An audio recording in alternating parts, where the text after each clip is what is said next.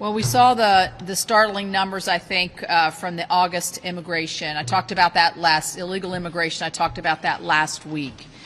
But this week, I also realized as I went to see what's called the Martinsburg Initiative in Martinsburg, West Virginia, where it's an all-hands-on-deck preventative initiative to fight addiction and the addiction crisis. The numbers that were released, 111,000 Americans lost their lives to fentanyl overdoses last year. My state of West Virginia per population unfortunately leads that statistics, and our statistics went up 4.5% in terms of the number of lives that we lost.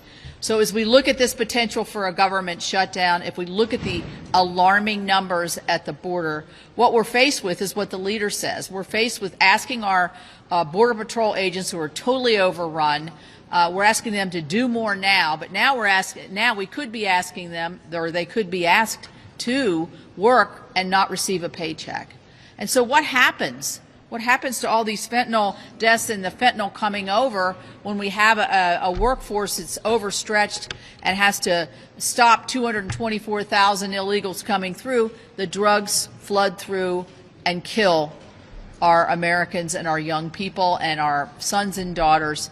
And it's just a human crisis that we have here. So we got to keep the government running. We've got to pay and figure out a way to enforce the border. I think it would be a great place to put it on a CR to have more border protection. I'm absolutely for that. But at this point right now, 77% of the American people do not believe we should shut the government down, and I'm in that 77%.